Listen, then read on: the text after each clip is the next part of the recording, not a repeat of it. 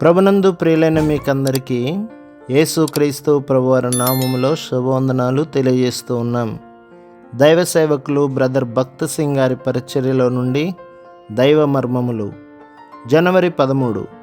సమూయేలు తైలపు కొమ్మును తీసి వాని సహోదరుల ఎదుట వానికి అభిషేకం చేసెను. నాట నుండి యెహోవా ఆత్మ దావీదు మీదకి బలముగా వచ్చెను.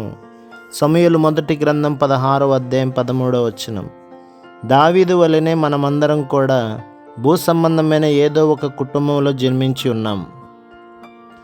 అయితే నీవు పరలోకపు రాజుగా ఉండవలనని దేవుడు కోరుచున్నాడన్న విషయమును నీవెరుగుదువా? నీ దేవునికి, నీ సృష్టికర్తకు నీ విషయములో గల అటువంటి అత్యున్నతమైన సంకల్పమును కలలోనైనా నీవు చూడగలిగితివా? దేవుని వాక్యమును చదువుము. అందులో నిన్నెంత ప్రేమించి ఉన్నాడో నీ ఎడల ఆయన కలిగిన ఉద్దేశములు నీకు కనబడును. అప్పుడు నీవు సంతోషించెదవు. నీవు నిరంతరమును ఆయనకు సంబంధించిన వ్యక్తి ఒకటకు గుర్తుగా ప్రభు యొక్క ఆత్మ నీ మీద కుమ్మరించబడుటను నీవు గుర్తించుటే ఆనందం.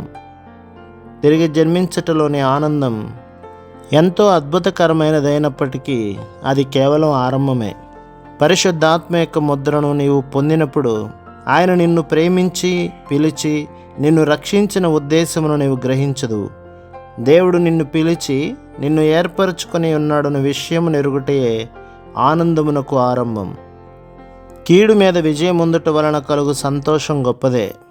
అయితే దానికంటే గొప్ప సంతోషమును ప్రభువు నీ కొరకై దాచి ఉన్నాడు. ప్రభు మిమ్మును మీ కుటుంబములను మీ సంఘములను దీవించి ఆశీర్వదించునుగాక. ఆమేన్.